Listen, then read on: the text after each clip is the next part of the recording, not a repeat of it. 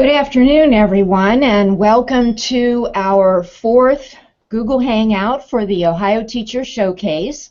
As you can see, we are broadcasting from Santa's Workshop. We took a little road trip this month and decided to get ourselves up to the North Pole and hopefully have some gifts for you to share as we get started here.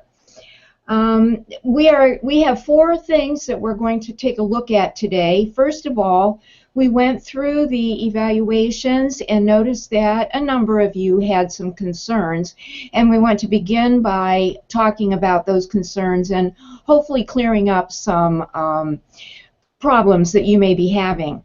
We're also going to be introducing the video recording and editing portion of what you're doing.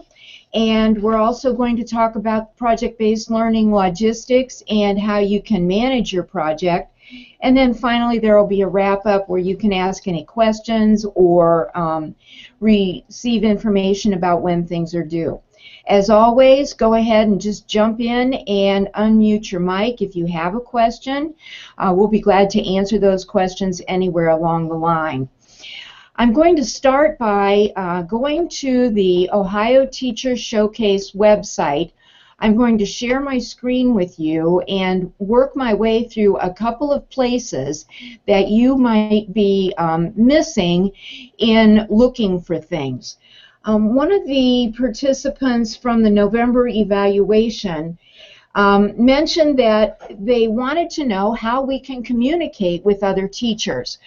Well, we've made the opportunity available to you by simply going to the current monthly Hangout, and I will click on December the 15th, and that will take me then to the home page for that Hangout.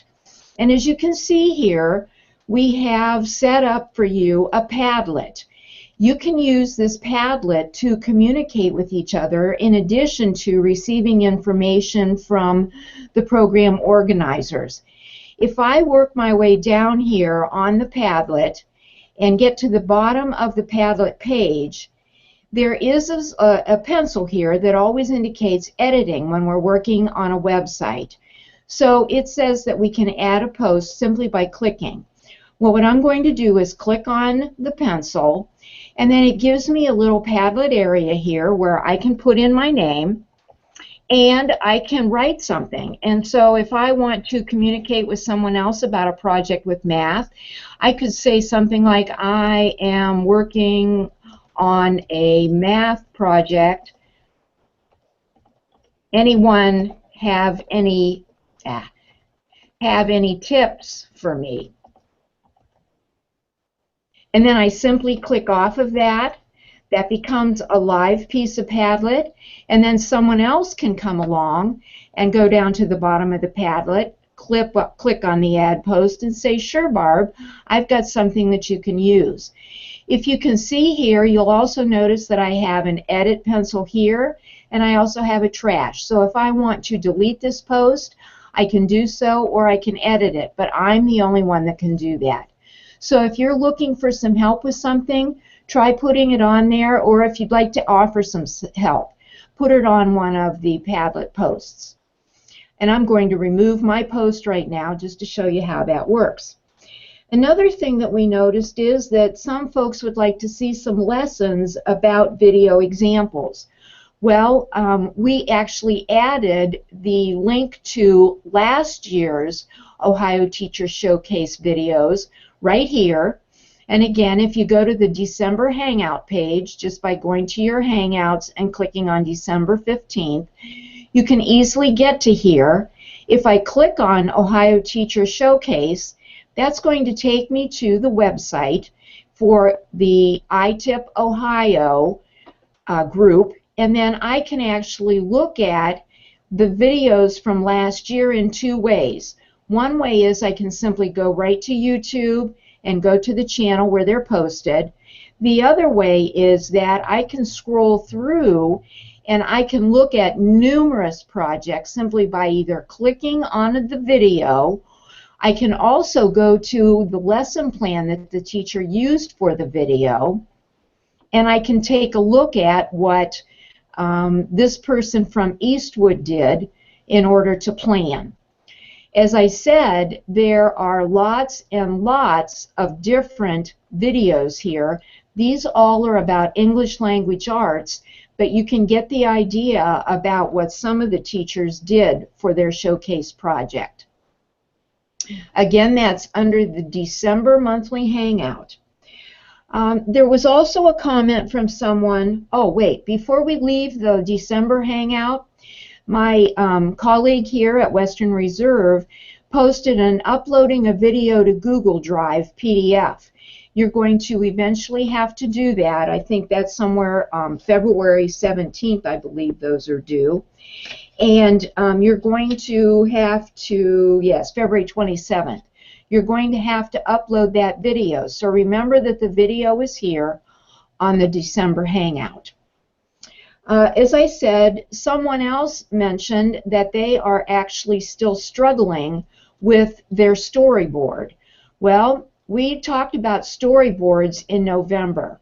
So if we go back to the November 17th Google Hangout, you'll find that not only has Amy Palermo posted her training video about Hangouts, I have added a storyboarding tips link that will take you to a pretty interesting page if you click on it about digital storytelling, how to create storyboards, what they are, and then also some tips for success and how you can put your storyboard together using index cards.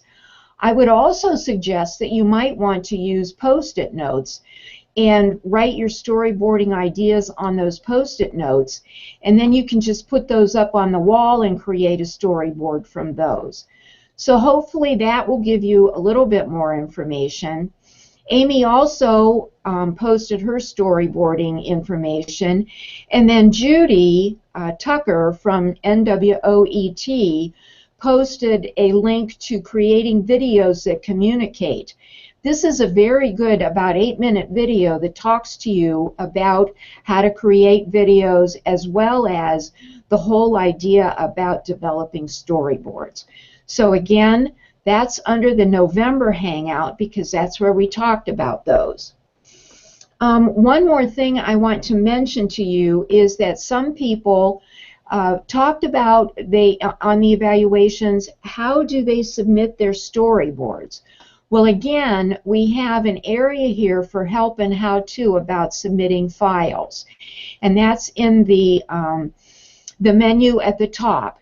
If I go to that, I don't see anything specifically about storyboards, but what I would suggest to you, there are a couple of things that you could do. First of all, if you've created your storyboard using any part of Google, you can simply name it according to the naming convention that I'll talk about in a moment, and then include it and send it to your content expert for them to review.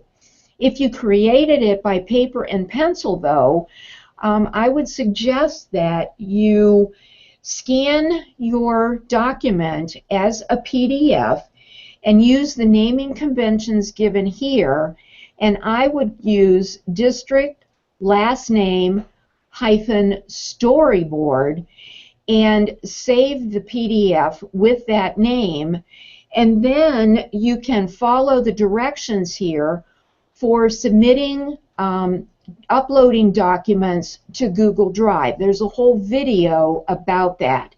So you can upload your PDF document to Google Drive and then submit it to your content expert using those techniques. So I hope that that answers your questions and that it kind of clears things up a little bit for you. And I'm going to now go back to our screen, and I'm going to introduce Judy Tucker to you, who is in Northwestern Ohio, and she has created an outstanding PowerPoint about some tips that she has for you and some tricks for creating videos. So right now I'm going to turn it over to Judy, and she's going to unmute her mic, and I'm going to give her present to all privileges, and I think we ought to be good to go. Well, let's hope so. Those of you that were here last month, can you hear me? You're good, Judy. Okay. I'm going to share my screen, and first I better share my screen before I play the video. Okay, this is a PowerPoint presentation, but I created it in HaikuDeck. I don't know if any of you are familiar with HaikuDeck. Okay, Barb, can you see my screen now? Yes, you're in good shape. Okay. And then I exported it to PowerPoint because I was more comfortable with playing PowerPoint. Haiku is a web-based product that used to only be available for iPads as far as creating the slide presentation, and now you can do it on the web or you can do it on an iPad, and it is web-based. So I wanted to make sure I had a version here that you could use, but I like that you have a big image, the whole screen, and they have a great library of still images, and you can pay for them or you can use their free ones, which I did. And you can see at the bottom that I used images that were had Creative Commons attribution, and it automatically puts it on the bottom. I have 10 tips here. They aren't my tips, but Tanya Koenig on our staff is a professional videographer as a side business, and so I asked her to give me her 10 best tips for you in creating your videos. The first one, of course, we've certainly said this word multiple times, but is your storyboard. And I tend to say, well, just rough it out, but Tanya's advice is that you should be as specific as possible because it'll just help you later, and because the more information you have on your storyboard, the less work you will have to tackle later, are her exact words.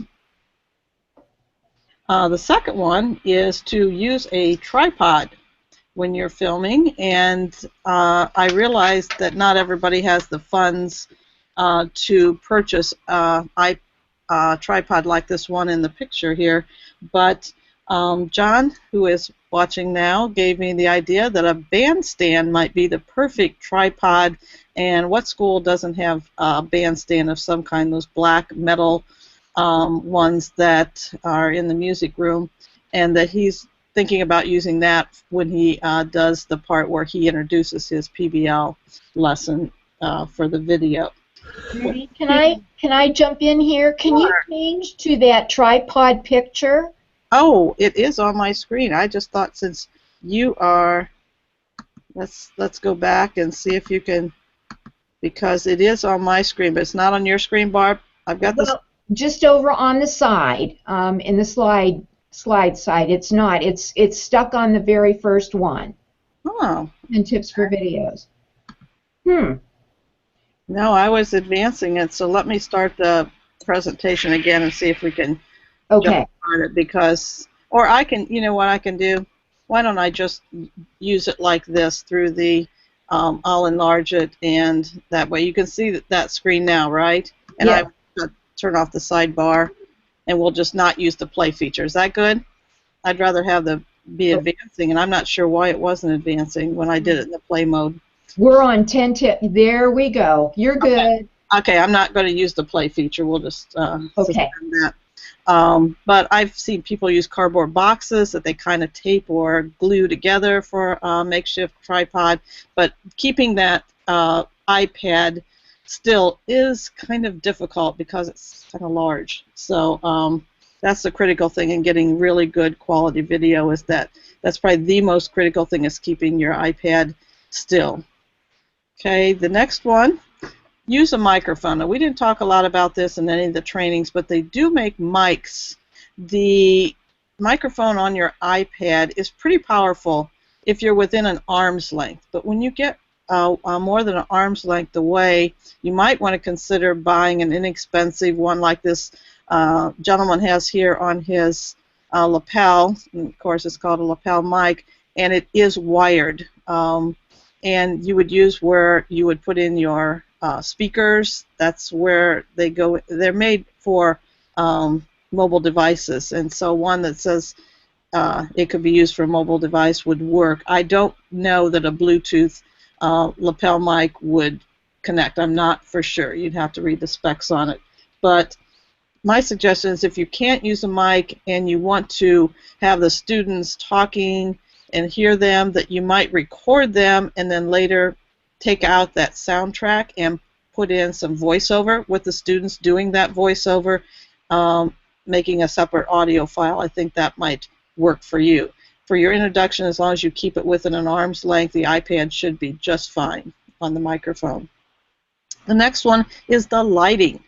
Don't let those shades be in their down position. So if you have natural sunlight, most classrooms have plenty of light as long as both banks of lights, if you have multiple banks, are on. But and if lighting is a problem, maybe the shop class might have, if there's one, or you might have one sitting in your garage. A shop light might work. You might have to put some kind of filter on it so it isn't quite so bright, but that lighting is going to be a big issue to make it really to pick up the picture.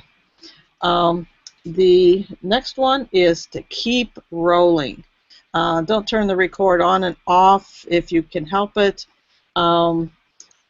Just think that a lot of good things happen when the camera is off. I know yesterday I was trying to catch my daughter's cat in our truck while we were picking up branches and things, and she just would not stay in the truck. Every time I got the phone up to take her picture, she kept running out. So keep that rolling.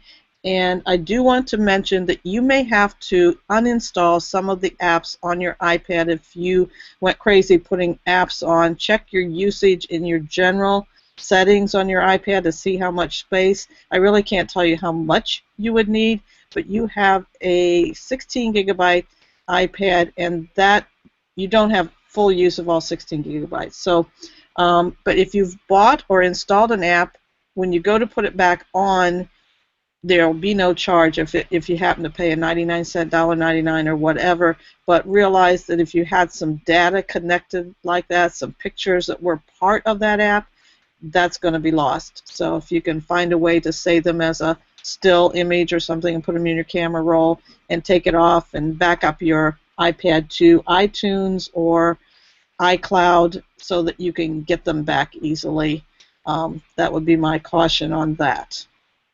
Number 6 is limit zooming. In other words, don't zoom in, zoom out.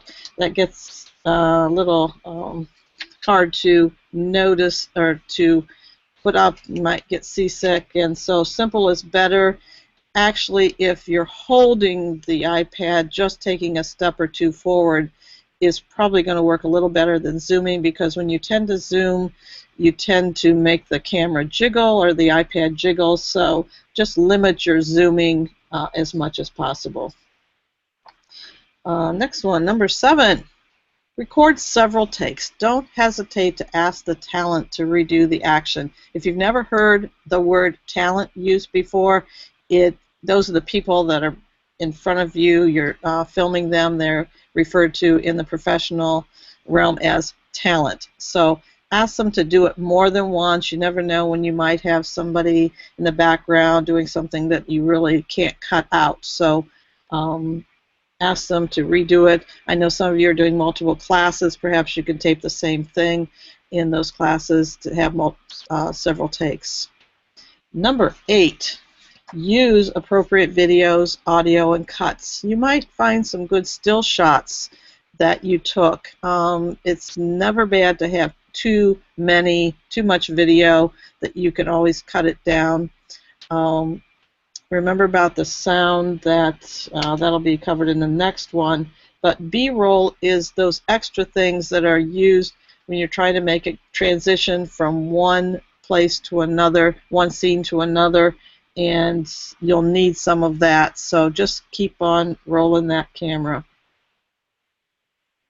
Number 9 is not to forget about those images or clips or audio that you might think add something to your video. So we're asking you in this particular project to avoid use of commercial music, even if you're trying to keep it within the time frame. I believe the word was in the beginning, opening slide, you might, or the opening scene you might have before you start, but use the iMovie music or some kind of music that is not going to have any digital rights or violation of copyright, but not when people are talking. It just was too disruptive, and sometimes the students aren't talking really loudly enough.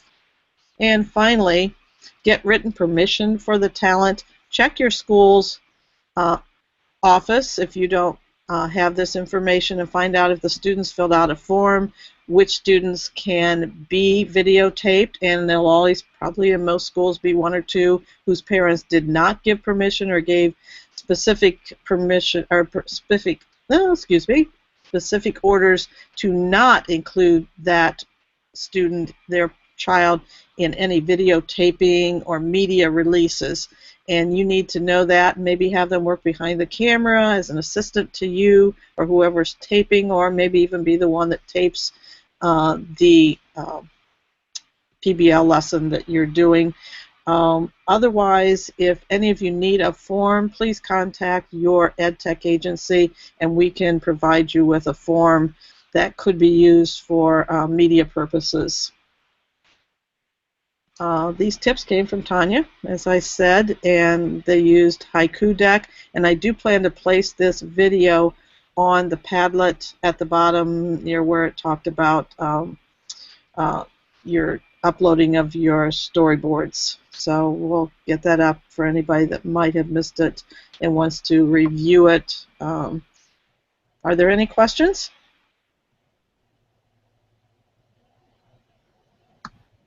Everybody's so quiet. So, okay, I'm going to stop my screen sharing and turn it back to Barb. Oh, she already took control. Okay, well, thank you, Judy, very much. That was an excellent PowerPoint and some very good tips. If any of you do have any questions as you're working on your video, please be sure to post them on Padlet so that one of us can get back to you. We'll be checking that fairly often and help you out with those things. So, the next thing that's on the agenda is actually to talk a little bit about the project-based learning logistics. I'm going to go back and do another screen share for you, and I'm going to share with you, again, we're going back to the website, and I want to show you over here in the left-hand menu, under project-based learning, we have put a set of, or a link to, I should say, a link to 20 tips for managing project-based learning. And this actually comes from Edutopia, a gentleman named Andrew Miller. And well, I know that as I was reading the evaluations, I saw that there were a few of you who used the word overwhelmed pretty frequently. Well, these 20 tips are going to help you feel a little less overwhelmed, so I encourage you to go to them and take a look at them.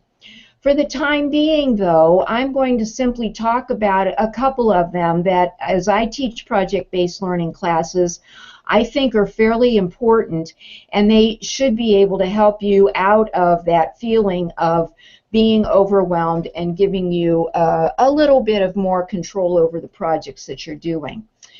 First of all, I'd like to suggest to you that you might want to use a social learning platform like Edmodo, or perhaps a learning management system like Schoology, where students can share their ideas with each other and with you, and you can use it to formatively assess your students' progress. It also is a great way to show evidence of collaboration as you are able to track who's doing what and where. Another tip that Andrew gives us is to reflect frequently with the students about the driving question to help them make sure that the work they're doing is going toward answering it, meaning the driving question.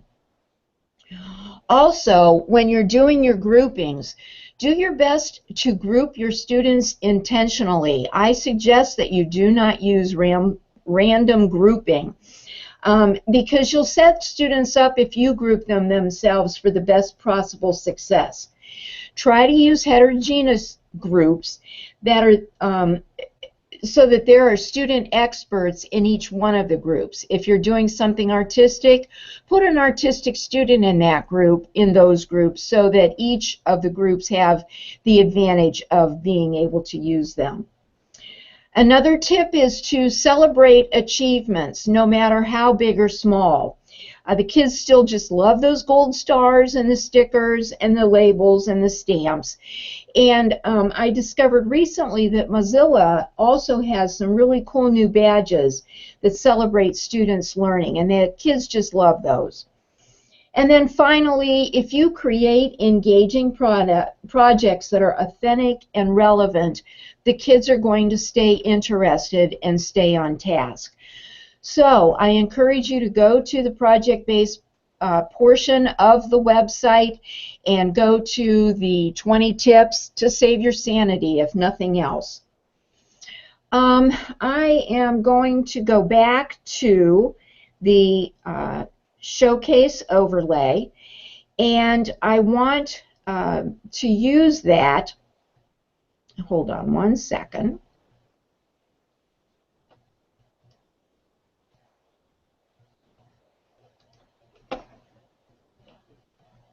I'm here. I'm just working through this and getting to where I want to be. There I am. Okay. I have the Google Hangout overlay here. You'll notice here that there is a goo.gl at the bottom. This is going to get you to the final evaluation for this month's Hangout, and we ask that each person who is actually observing the Hangout fill out a final evaluation. We are looking at these, and as you saw from the beginning of the program, you saw that we addressed your concerns, and we will continue to do that. Just as a reminder, your storyboards are due on December 15th, which happens to be today. If you are having a problem with getting your storyboard submitted, put a note on the Padlet and let us know about that, and that will take you to the December Hangout page. The evaluation link will be at the bottom, and the Padlet, you can add your comments or questions or helps at the top. Our next Hangout date is scheduled for January 26th, and we will have more about recording videos and editing them. A reminder that your lesson video is due on February 27th, and your reflection video is due on March 31st. On February 23rd, we'll be talking about collaboration with technology. Then on March 7th or 16th, we're going to have a viewer's choice. And then finally, let me put up my email address. And if you are having problems with anything, you can email me at this address directly, or you can email your organization representative for help with anything that you need.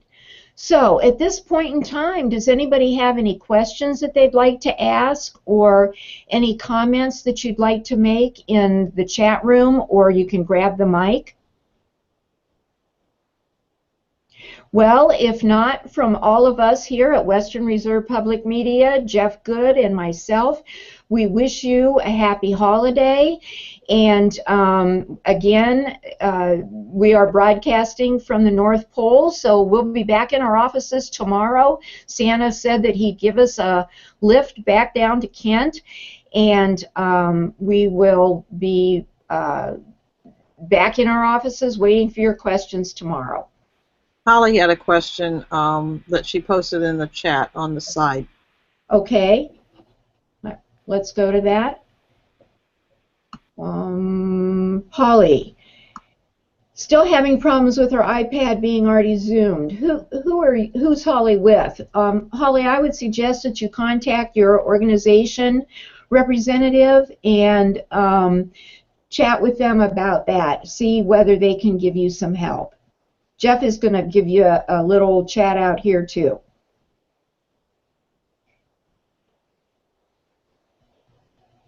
Yes. And Jeff's on it, I think. Right, Jeff?